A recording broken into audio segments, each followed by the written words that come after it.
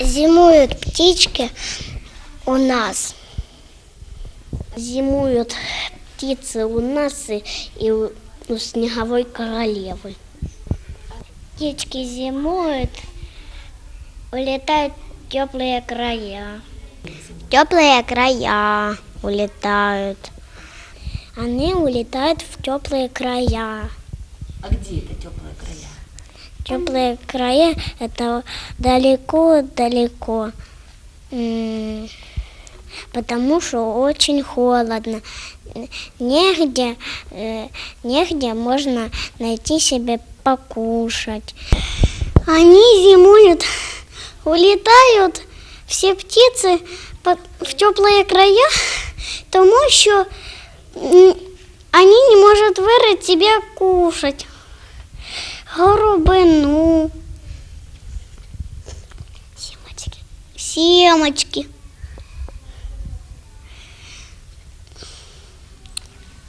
А там? Рябу. Хлеб им негде кушать.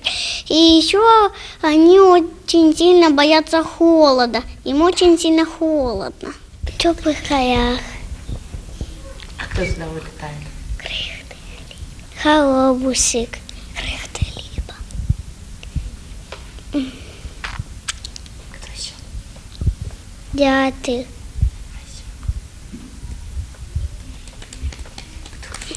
Ласточки. Они зимуют летом. Они очень боятся сильно холода, улетают в теплые края. Зимующие птицы и остаются, которые зимние. Горобчик, дятел, ворона. Зимой прилетают птицы, ворона, горобець,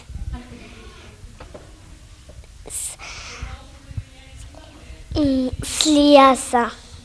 Потому что там позалазили червячки, попрятались и жучки. И они прилетели просить у нас кушать крыхли хлеба и насильничка. Птички зимуют. Они прилетають із лісу, тому що комахи поховались. Їм дають крихти хліба, насіння. Есть птицы перелетные. А куда они улетают? В теплые краи. Почему? Потому что холодно. Становится холодно. И зима скоро наступит. А почему им здесь нельзя оставаться? Потому что зима скоро наступит. В лесу всі комахи поховають, жучки, червячки. І вони прилетять до нас їсти крихітку хлібу, насіння. Они улетают в теплые края. А где эти? Они летают в теплые края. Они находят себе кушать. И они еще там зимуют. Они улетают в теплые края. Они там находят себе еду.